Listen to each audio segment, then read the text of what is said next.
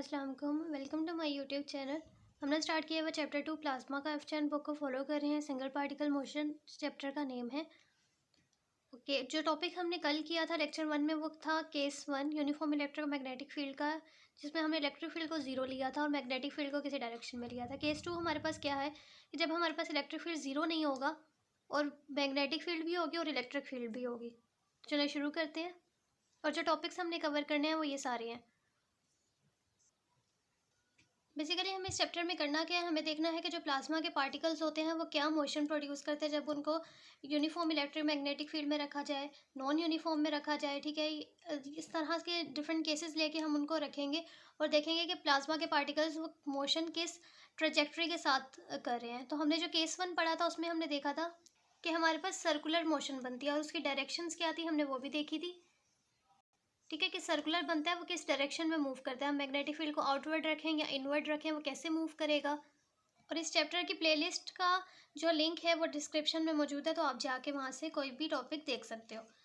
Case 2 हमारे पास है कि जब हमारे पास इलेक्ट्रिक फील्ड 0 नहीं होगी, इलेक्ट्रिक फील्ड 0 नहीं है इसका मतलब कि इलेक्ट्रिक फील्ड जो है वो कोई फाइनाइट वैल्यू है और बी यूनिफॉर्म है। ओके, अब हमने ये बना लिया XYZ कोऑर्डिनेट सिस्टम, आप देख सकते हो। अब इसमें मैग्नेटिक फील्ड हमने क्या ले लेनी है, मैग्नेटिक फील्ड को हम क्योंकि मैग्नेटिक फील्ड क्या है, यूनिफॉर्म है और इलेक्ट्रिक फील्ड भी कोई फाइनाइट है, तो हमें इनकी डायरेक्शंस लेनी है। डायरेक्शंस हम कैसे लेंगे, हम कहते हैं कि ई। ओके, बी को हमने सबसे पहले कह दिया कि वो जेड डायरेक्शन में। अब कैसे पता लगेगा कि हमें इलेक्ट्रिक फील्ड कैसे लेनी है, तो हमने एक इलेक्ट्रिक फील्ड जो है वो हम लेते हैं कि जो बी ही की डायरेक्शन में हो। मतलब एक हमें पता लग गया कि हमें जेड डायरेक्शन में लेनी है क्योंकि हमने मैग्नेटिक फील्ड जेड डायरेक्शन में ली हुई है, तो एक उस डायरेक्शन में लेनी है जो मैग्नेटिक फील्ड की हो। दूसरी हमें कौन सी लेनी है, जो उसकी परपेंडिकुलर हो। परपेंडिकुलर हम लेंगे एक्स, क्योंकि इसमें एक ड्रिफ्ट प्रोड्यूस होगी। ड्रिफ्ट हमेशा इस तरह होती है, तो हमने एक जो ले ली वो एक्स डायरेक्शन में ले ली। ठीक है, तो एक मैंने मैग्नेटिक फील्ड क्या ली है, एक जो है एक इलेक्ट्रिक फील्ड मैग्नेटिक फील्ड के पैरेलल ली है। पैरेलल मतलब ये जिस डायरेक्शन में जी मैग्नेटिक फील्ड जी डायरेक्शन में थी उसी में मैंने इलेक्ट्रिक फील्ड लिया, पैरेलल है। और एक मैंने क्या ली है, इलेक्ट्रिक फील्ड जो कि उसके परपेंडिकुलर है। ठीक है, ये जेड है ना, इसके एक्स उसके परपेंडिकुलर है। ओके जी, तो हमने लेक्चर नंबर 1 में स्टेप्स देखे थे और याद भी किए थे कि पहला स्टेप क्या होता है कि जैसे ही हम प्लाज्मा को के पार्टिकल्स को इलेक्ट्रिक और मैग्नेटिक फील्ड में रखेंगे तो उसके ऊपर क्या लगेगी, फोर्स लगेगी। और वो फोर्स लॉरेंट्ज फोर्स किसके इक्वल होती है, q E plus we cross B के। तो हमने यहाँ पे फोर्स लिख ली। अब एफ इक्वल होता है एम ए के, एक्सेलरेशन को मैंने लिख दिया D V by D T. अब Q E plus we cross P. उसके बाद हम क्या करते हैं, वेलोसिटी के कंपोनेंट्स लिखते हैं। तो यहाँ पे मैंने वेलोसिटी के 3 कंपोनेंट्स लिख दिए। क्यू ई के क्या है, अब नीचे के वाले स्टेप में हम क्या करेंगे, ई के कंपोनेंट्स लिख दो। ई के कंपोनेंट्स क्या है, एक एक्स डायरेक्शन में है और एक क्या है, जेड डायरेक्शन में है। ओके, प्लस क्यू इसके साथ भी मल्टीप्लाई हो रहा है, क्यू वी क्रॉस। अब बी की लिख दो डायरेक्शन, बी की डायरेक्शन क्या है, जेड। फिर उसके बाद इसको क्या कर दो, मार्क कर दो और इक्वेशन 1 कह दो। फिर हम वी क्रॉस बी फाइंड करते होते हैं, तो मैंने वी क्रॉस बी फाइंड किया। वी के 3 कंपोनेंट्स हैं और जो बी है वो सिर्फ जी डायरेक्शन में है, बाकी क्या हो जाएगा, ज़ीरो हो जाएगा। तो मैंने यहाँ से वी क्रॉस बी फाइंड कर लिया। वी क्रॉस बी फाइंड करने के बाद वी क्रॉस बी की यहाँ वैल्यू पुट कर देंगे। देखो ये चीज़ एज इट इज़ आ गई, इक्वल्स टू क्यू। ये चीज़ भी एज इट इज़ आ गई, वी क्रॉस बी की जगह उसकी वैल्यू लिख दी। उसके बाद हम क्या करते हैं, हम कंपोनेंट्स को इकट्ठा करते हैं। कंपोनेंट्स के हैं एम डी वी। इसको मैं कैसे लिख सकती हूँ, एक दफ़ा डेरिवेटिव है, वी एक्स का डेरिवेटिव है तो वी एक्स के ऊपर डॉट लिख दिया, मीन से एक दफ़ा डेरिवेटिव है। ये एक्स कंपोनेंट है तो यहाँ से एक्स कंपोनेंट को कंपेयर करूँगी। एक्स के साथ क्या है, एक ये है क्यू ई एक्स और एक ये क्या है, क्यू वी वाई बी। तो ये हो गया एक्स कंपोनेंट। फिर इसी तरह वाई कंपोनेंट को कंपेयर करेंगे, वाई इनमें से क्या है ये, और जेड कंपोनेंट करेंगे तो जेड भी आ गया। ठीक है, तो ये कंपोनेंट हो गए एक्स वाई जी। इनको मार्क कर लो, इक्वेशन 2 3 4। उसके बाद हम क्या करते हैं, हम इक्वेशंस को सॉल्व करते हैं। अब हमने इनमें से इक्वेशंस में से देखना है कि हमारे पास ये कौन कौन सी हैं। अब 2 और 3 को मैं देखूं तो ये वी वाई है, ये वी एक्स है, ये वी एक्स है तो ये वी वाई आ रहा है इसमें। तो इसमें हमारे पास दो क्या बनती हैं, कपल्ड इक्वेशंस बनती हैं। ठीक है, सेम जैसे आपने लेक्चर 1 में स्टेप्स किए थे वही स्टेप्स करने हैं। ठीक है, फिर हम क्या करते हैं, कपल्ड इक्वेशन से बन रही हैं तो कपल्ड इक्वेशंस को डीकपल करते हैं। अब इक्वेशन जो 4 है वो हमें क्या बता रहा है, उसको भी हमने देखना है। सबसे पहले हमारे पास 2 और 3 क्या है, कपल्ड इक्वेशंस हैं। ठीक है, अब इनको डीकपल करना है। इन इक्वेशन 2 और 3 are coupled equation, order to solve further we have to decouple equation. और डीकपल करने के लिए हम क्या करते हैं, एक दफ़ा और डेरिवेटिव लेते होते हैं।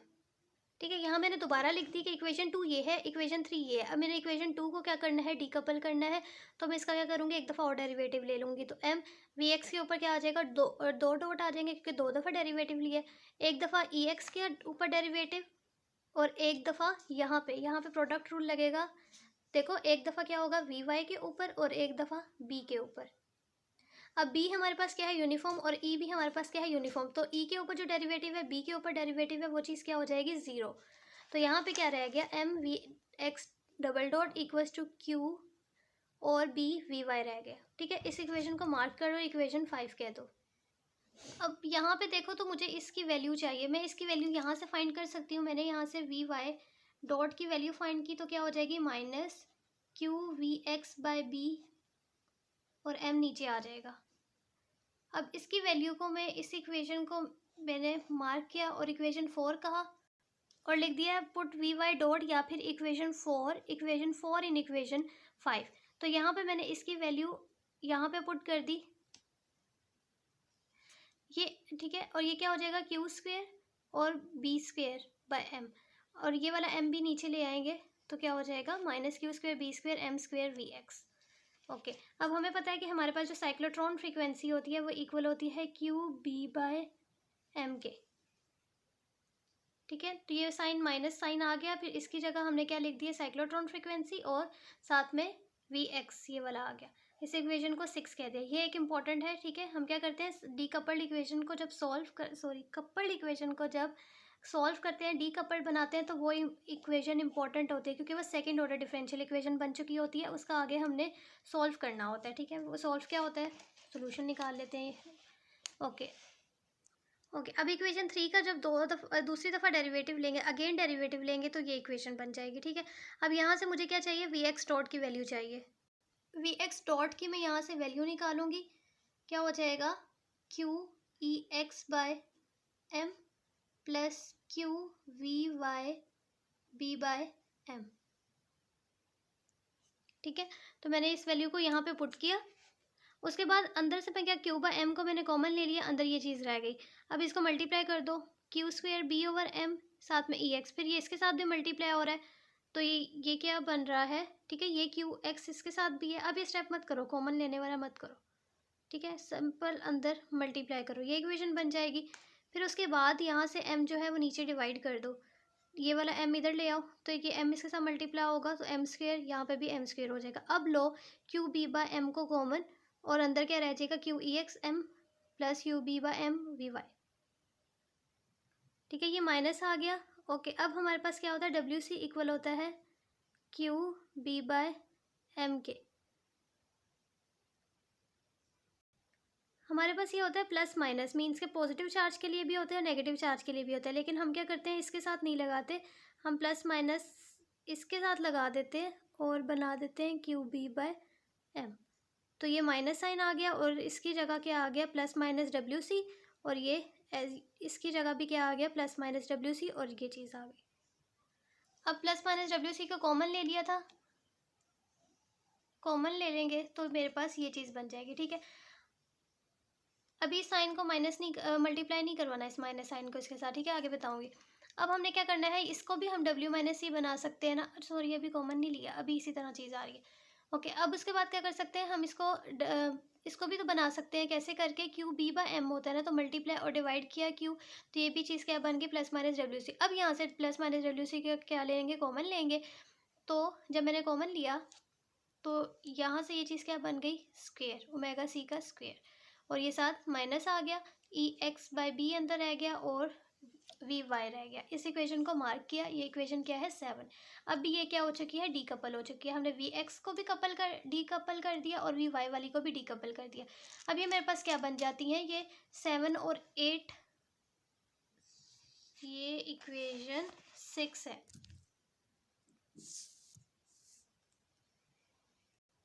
ठीक है, अब ये हमारे पास 6 और 7 और 6 डीकपल्ड इक्वेशन बन चुकी है।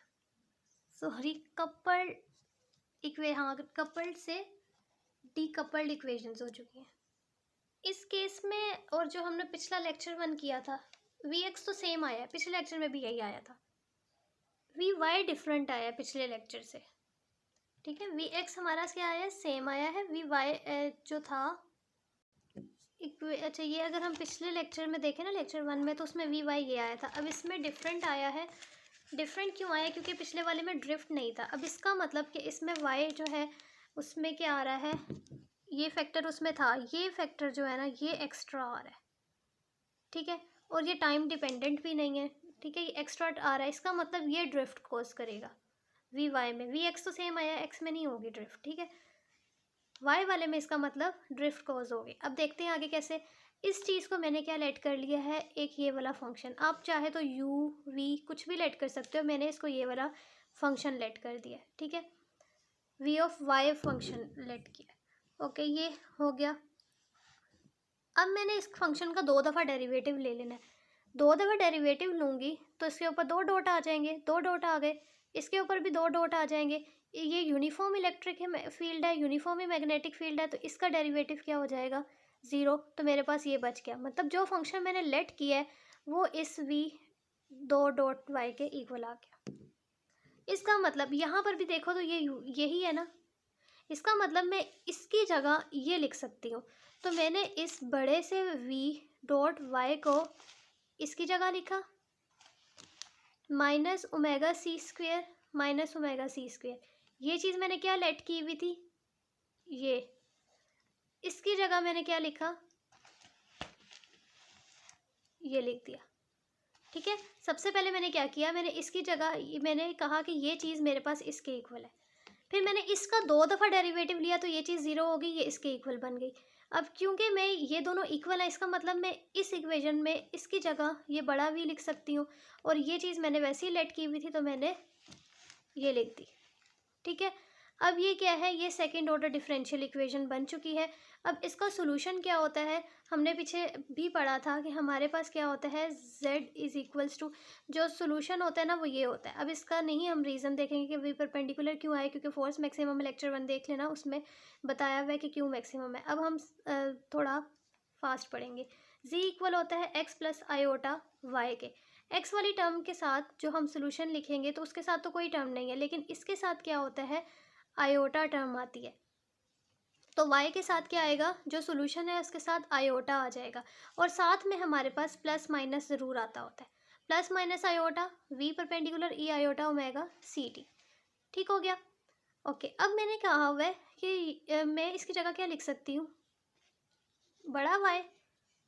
तो मैंने बड़ा y लिख दिया क्योंकि ये दोनों क्या थे, इक्वल थे। आयोटा ओमेगा v परपेंडिकुलर, ये चीज़ ऐसी चीज़ आ गई, ठीक है।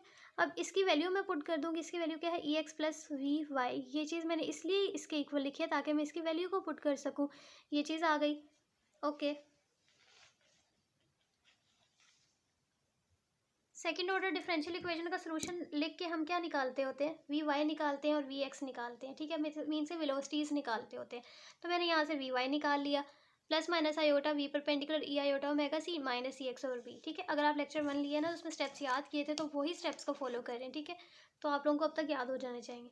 ये एक मेन इक्वेशन होती है। सेम जब हम जो हमने डी कपल इक्वेशन की थी दूसरी वाली, उसका क्या है, वो भी सेकंड ऑर्डर डिफरेंशियल इक्वेशन है। उसका सोल्यूशन जो होता है एक्स वाला होता है, उसके साथ कोई टर्म नहीं आती, ना आयोटा आता है ना प्लस माइनस आता है, सिंपल जो सोल्यूशन होता है वही आ जाता है, ठीक है। फिर हमने क्या कहा था, ये जो 2 सॉल्यूशंस आते हैं ना, वी एक्स और वी वाई कंपोनेंट, ये बहुत इंपॉर्टेंट होते हैं, ठीक है। तो इनको हम मार्क कर लेते हैं। अब ये इक्वेशन 8 थी तो इसको इक्वेशन 9 कह दो, ठीक है। लेकिन अब इसमें क्या था, पिछले केस में तो हमारे पास वी जी 0 था। हमने कहा था कि वी जी का डेरिवेटिव 0 आ रहा था, मीन्स के वो कांस्टेंट वेलोसिटी है। लेकिन इसमें तो 0 नहीं आया। इसमें हमारे पास वी जी क्या आया था, M V G is equal to Q E G, ठीक है। जेड का कंपोनेंट जो था ना, जो इक्वेशन 4 हमने ली हुई थी, उस इक्वेशन को मैंने यहाँ पे लिया। वी जी का वी हमने निकाली, V G is equal to Q by M E G. इस चीज़ को मैं कैसे सॉल्व कर सकती हूँ, ठीक है। इसका कोई सोल्यूशन वगैरह नहीं बनता ना, क्योंकि ये तो कपल्ड इक्वेशन थी नहीं जिसको मैं डीकपल करती तो मेरे पास ऐसा कोई सोल्यूशन आ जाता। इसको सॉल्व करने का सिर्फ एक ही मेथड है कि इसको ऐसे लिख दिया जाए, D V G over D T equals to Q by M E C. इसको मैं इंटीग्रेट कर दूँ, इंटीग्रेट करूँगी, लिमिट्स क्या होती हैं, जब टाइम 0 है, ठीक है, तो आपके पास ये चीज़ क्या होगी, डिस्टेंस, सॉरी अभी वेलोसिटी की बात हो रही है, हमने वेलोसिटी निकालनी है, तो ये क्या होगी वी नॉट। जब टाइम टी हो गया तो ये क्या हो जाएगा वी हो जाएगा। किस डायरेक्शन में, जी डायरेक्शन में। लिखना डायरेक्शन ज़रूरी है क्योंकि ये वी एक्स वी वाई हो चुके हैं, वी जी निकाल रहे हैं। 0 to t q by m ईजी, ये जो डी था डी टी होता है हम इसको वहाँ भेज देते हैं। ओके, अब ये कांस्टेंट है q over m, d t हो गया। ठीक है, इस स्टेप को इग्नोर करो। क्यू ओवर एम ईजी, ये चीज़ क्या हो जाएगी टी, क्योंकि लिमिट क्या है 0 to t, तो upper limit minus lower limit T ही आ जाएगा। निकालनी क्या है वी जी, तो वी जी ये चीज़ इधर आ जाएगी प्लस वी जी। तो मेरे पास तीनों वेलोसिटीज़ के कंपोनेंट्स आ चुके हैं।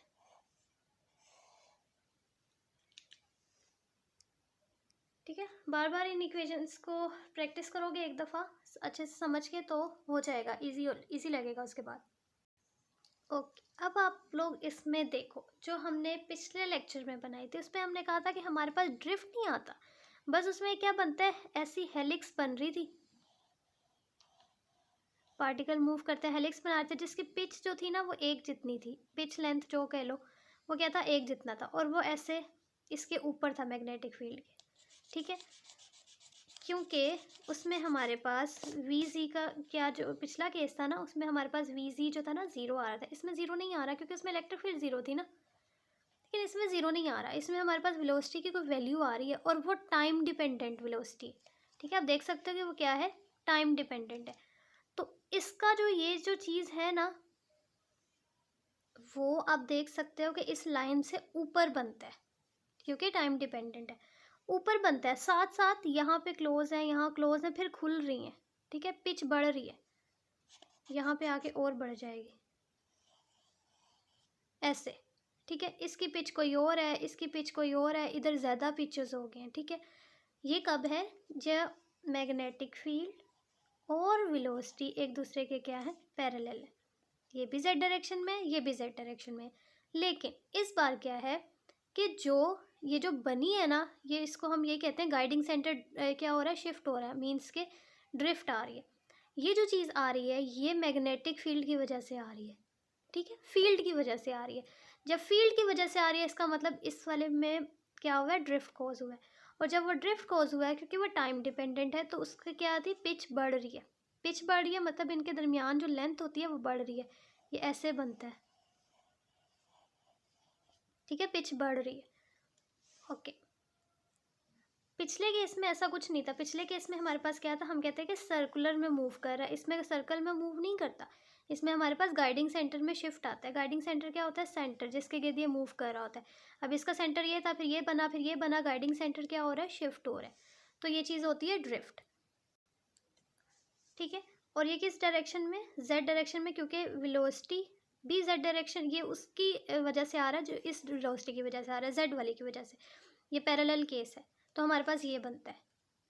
अब मैं इसको नीट करके बना के दिखाती हूँ। ठीक है, तो ये आप ये बुक से देख सकते हो, आपकी बुक में ये फिगर बनी हुई है, ये इस फिगर की बात कर रही हूँ। ठीक है, ये क्यों बनी हुई है क्योंकि ये इस वीजी वेलोसिटी की वजह से आई है। वीजी वेलोसिटी क्या है जो कि मैग्नेटिक फील्ड के पैरेलल है, तो ये मुझसे इतना परफेक्ट नहीं बना, आप लोग बुक से बना सकते हो।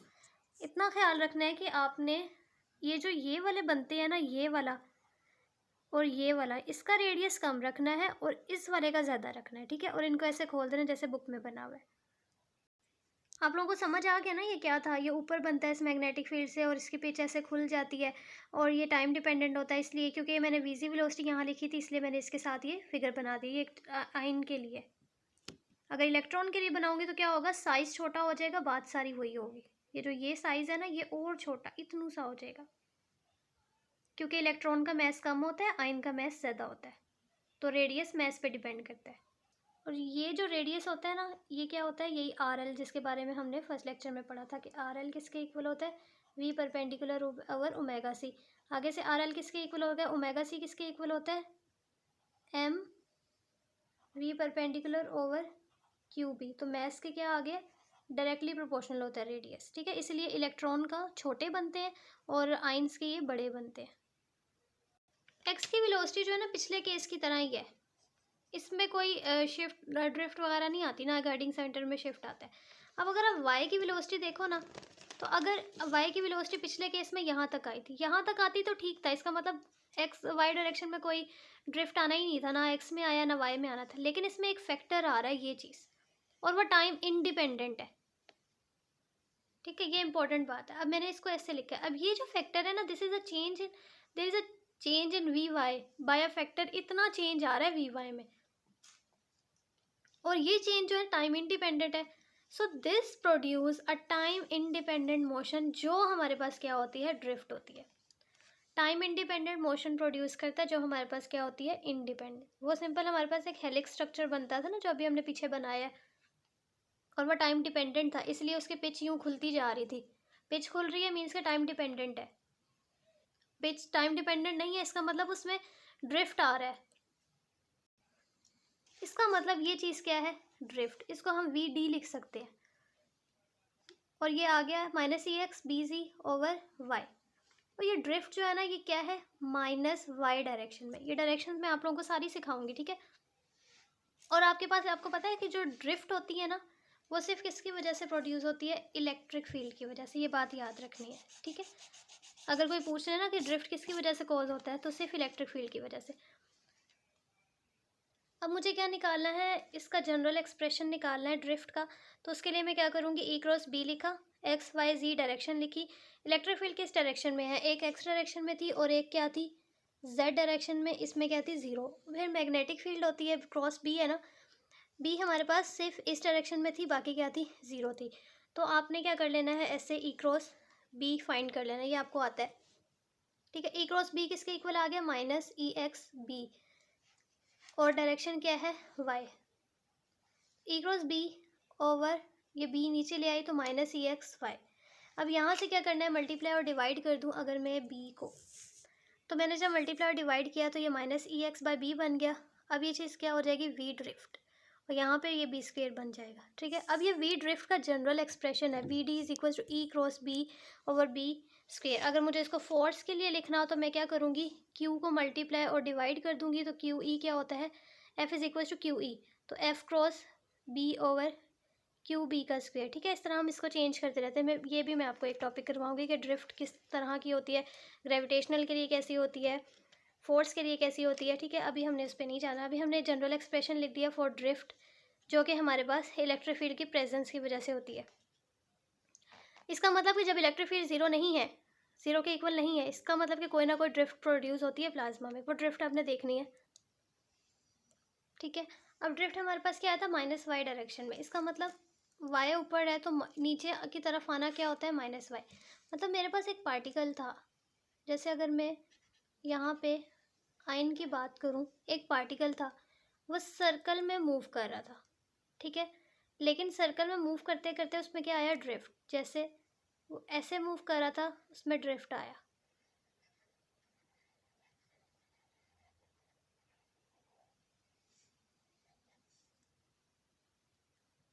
ठीक है। अगेन जो ये वाला होता है ना, ये बड़ा बनाना है, ये छोटा बनाना है, ये बड़ा बनाना है, ये वाले छोटे होने चाहिए, फिर ये बड़ा होना चाहिए, ये छोटा होना चाहिए। अब मुझे क्या बनाना है, इलेक्ट्रॉन के लिए। इलेक्ट्रॉन के लिए मैं कैसे बनाऊंगी,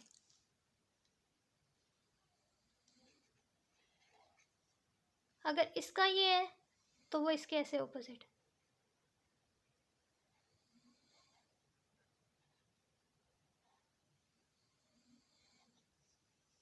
ठीक है।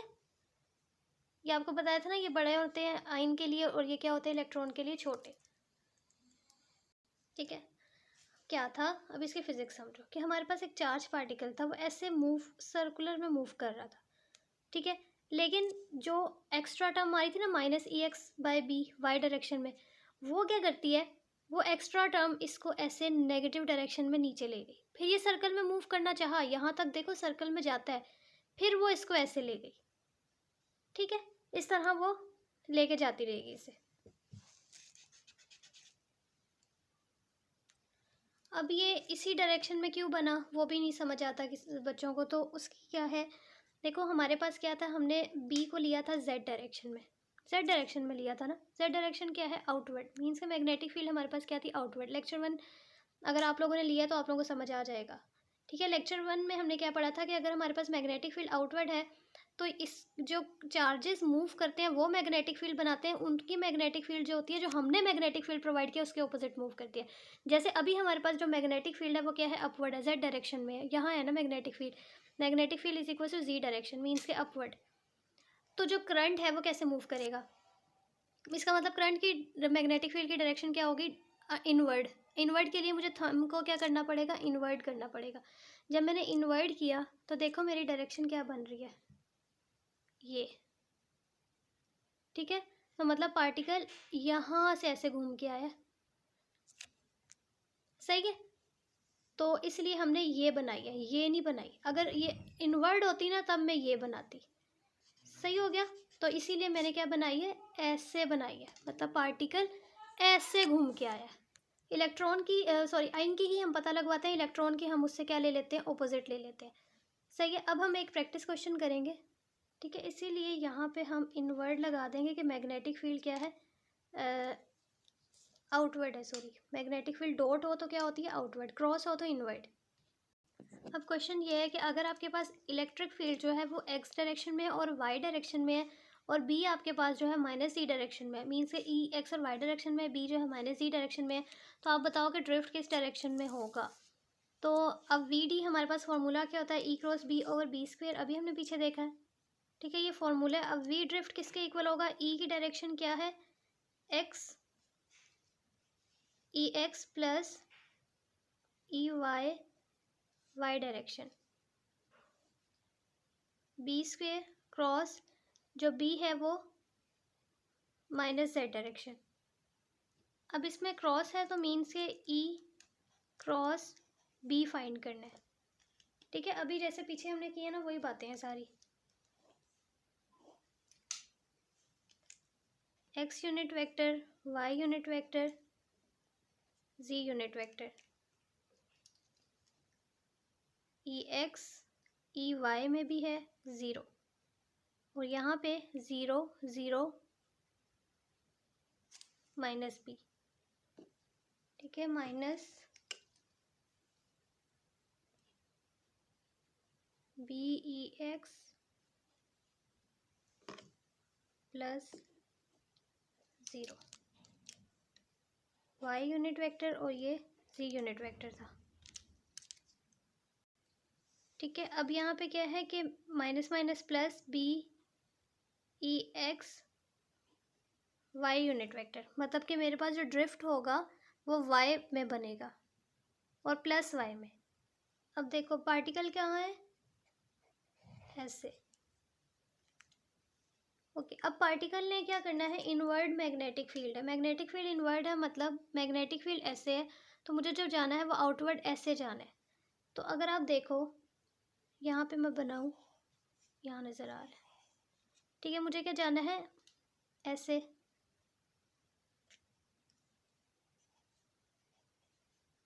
ठीक है। मैग्नेटिक फील्ड क्या है, ऐसे डाउनवर्ड है, मुझे क्या करना है, अपने थंब को अपवर्ड रखना है। अगर मैग्नेटिक फील्ड डाउनवर्ड है, माइनस सी डायरेक्शन में है, तो इसका मतलब मुझे क्या जाना है, मेरी जो मैग्नेटिक फील्ड वो अपवर्ड मूव करेगी, ऐसे अपवर्ड थंब को रखा, वो ऐसे जाएगी, ठीक है, मीन्स के वो ऐसे जा रही थी, लेकिन क्या हो जाएगा, ड्रिफ्ट कोज हो जाएगा। फिर वो ऐसे जा रही थी, ड्रिफ्ट कोज हुआ, फिर जाएगी ऐसे, ड्रिफ्ट कोज हो जाएगा, ठीक है। और अगर हमें पॉजिटिव की डायरेक्शन पता लग जाए तो हम नेगेटिव के लिए क्या बनाते हैं, नेगेटिव के लिए खुद से उससे ऑपोजिट बना लेते हैं। अगर ये ऐसे जा रही है तो ये ऐसे जाएगी,